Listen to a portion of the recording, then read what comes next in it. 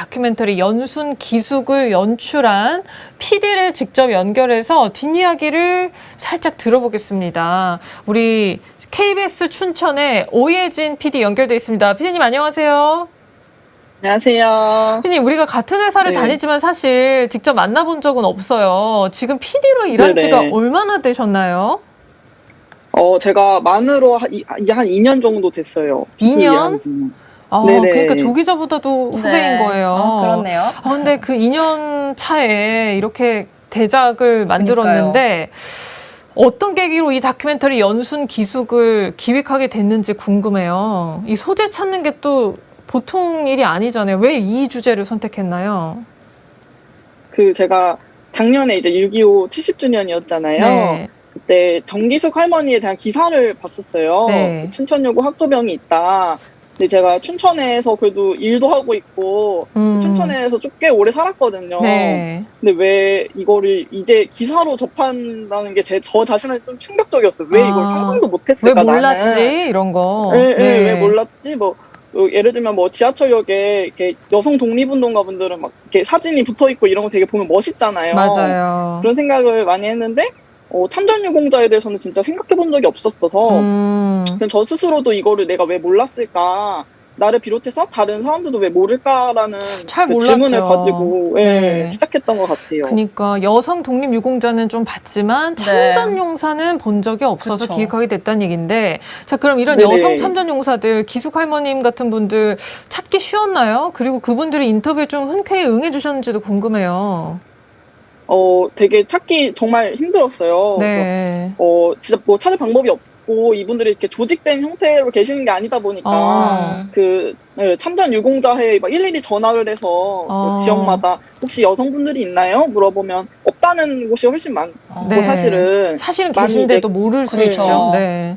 네네네네. 그리고 일단은 건강이 안 좋으신 분들도 많고, 기억이 흐릿해지신 분도 많고, 어떤 분께서는 자녀분들께서 이제 출연을 출연을 반대하셔서 출연하지 못하시는 분도 있었고. 그 왜 반대할까요? 되게 좀 글쎄요. 저도 자세하게 모르겠어요, 그 심정은. 근데 그런 경우들이 있었어서, 사실 연순 할머니도 그렇고 기숙 할머니도 그렇고 처음부터 이제 출연하시려고 그러신 건 아니셨어요. 처음엔 두 분도 거절을 하셨었는데, 이제 이 두 분께서 지금 방금 이제 기숙 할머니 얘기 들어보셔서 알겠지만, 정말 얘기를 시작하시면 진짜 그 경험담이 정말 영화보다도 더 영화 같은 그런 경험이잖아요. 맞아요. 저도 딱 촬영을 한다고 하니까는 이제 안 된다 하시면서도 얘기 한번 물꼬를 트면은 얘기거리가 정말 끝도 없이 나오시더라고요. 그래서 정말 이분들 얘기하실 게 되게 많은 분들인데 우리가 모르고 있었구나, 이런 생각이 들어서 그랬군요. 끝까지 이제 출연을 부탁드리게 됐어요. 연순 할머니 같은 경우도 그렇고 주위에, 그러니까 본인이 참전한 건 자랑스러운데 주위에 그렇게 널리 알리시지도 않았고, 다큐에 보면 아예 받은 훈장을 가족들한테도 숨겼다는 분들이 나와요. 그러니까 좀 복합적인 감정을 갖고 계신 것 같거든요. 근데 이런 부분을 촬영 전에는 좀 예상했는지 궁금한데 어땠나요?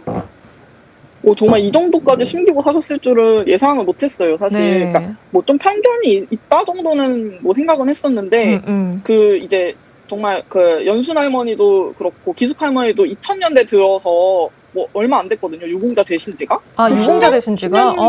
늦게 인정받으셨네요. 기숙 할머니 같은 경우는 진짜 2014년에 유공자 되신 걸로 알고 있는데, 정말 왜 이렇게까지 얘기를 안 하셨다니? 그리고 게다가 자녀분들한테 특히나 얘기를 안 하셨더라고요. 맞아요. 이거를 그래서 알려지게 된 계기가 자녀분한테 말을 해서 알려진 게 아니라 타인한테 이제 우연하게 얘기를 하다가 그게 자녀분들이 간접적으로 듣는 식으로 이제 보통 알게 되시더라고요, 가족분들이. 그래요, 맞아요. 근데 더 나아가서 이제 연순 할머니께서 전우를 찾는데, 이제 곽복순 할머니라는 전우분을 찾는데, 그분이 이제 돌아가셨는데, 돌아가실 때까지 또 자녀분들한테 말을 안 하시고, 봤어요. 돌아가신 뒤에나 알게 된다는 게 저한테는 좀 놀랍기도 하고 전혀 예상치 못한 전개였어요. 그랬군요. 그 예상치 못했다는 감정을 느꼈다고 하는데, 실제로 이 다큐멘터리를 제작을 하는 기간이 꽤 길었다고 들었거든요.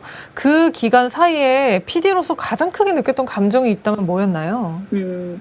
일단은 얘기를 못 하신 거에 대해서 정말 그 감정은 되게 복합적인 거잖아요. 두 분이 또 서로 이유도 조금씩 다르거든요. 그렇죠. 이야기를 안 하는 각자의 이유가. 사정이 또 있으니까. 네네네. 그래서 그걸 이해하는 게 저도 이제 어려웠어요. 사실 나이대가 비슷함에도 불구하고 네. 그 감정을 되게 이해하기 위해서 막 이렇게 가고 있었는데 그 와중에 또 이제 막 그 두 분 중에 두 분들이 얘기하신 게 그 전후에 대해서 얘기를 둘 다 하시잖아요. 그 이제 기숙 할머니는 전후 2명을 이제 잃고 네. 오셨고 연순 할머니께서는 전후분이 뿔뿔이 흩어져서 만날 수 없는 상황이었는데 이제 막 되게 그 두 분이 다 전후를 얘기하실 때 되게 마음이 너무 슬픈이 막 느껴지는데 슬펐다. 서로 네. 네, 되게 너무 슬픈데 이분들이 이제 드러내놓고 3전 용사인 걸 드러내지 않는 상황이다 보니 더 전후를 찾기도 힘들고 좀 그런 상황이 저는 좀 제일 좀 와닿고 좀 슬펐던 것 같아요. 슬픔이라는 감정이 제일 컸다고 얘기를 해줬는데 실제로 다큐멘터리 지금도 화면 나오고 있지만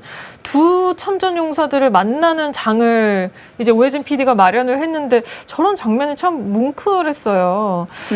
그래서 여쭤보고 싶은 게 이제 그러면 이 다큐를 본 시청자는 어떤 감정을 느끼길 바랬는지 궁금해요. 그러니까 슬픔을 같이 느껴주길 바랬는지 이런 것들이 좀 궁금한데요. 어땠나요?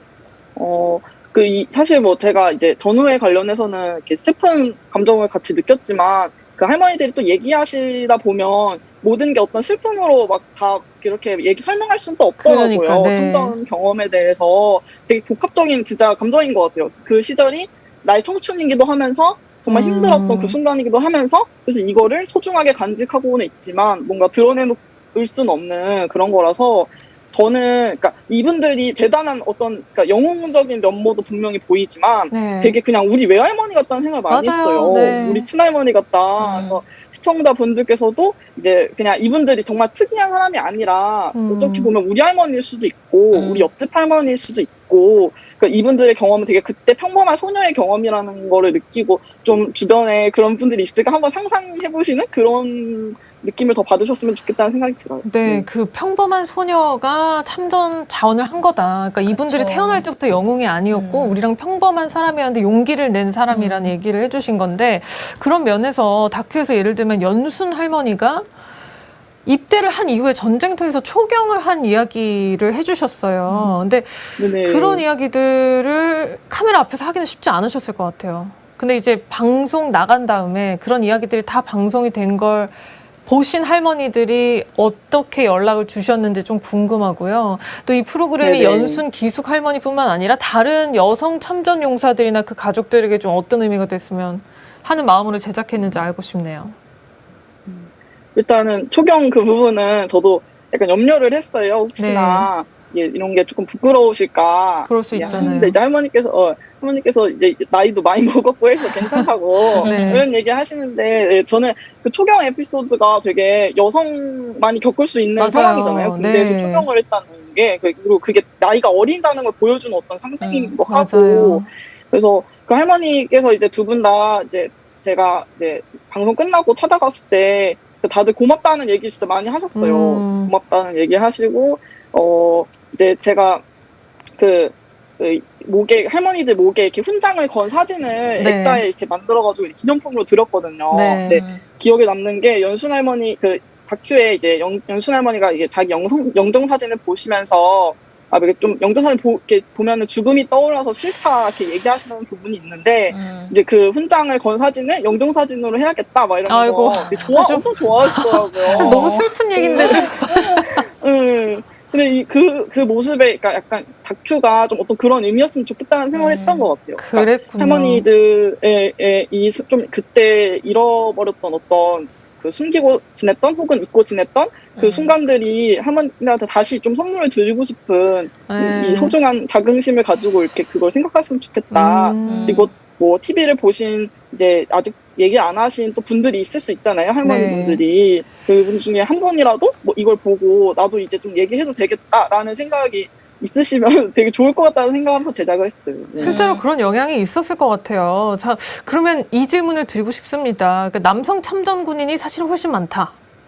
그런데 여성 의용군, 뭐 여군을 이렇게 특별하게 조명을 해야 되느냐, 참전 용사들이 뭐 얼마나 많은데 라는 질문을 받았을 것 같아요. 그런 질문을 받는다면 어떤 답을 주시겠습니까?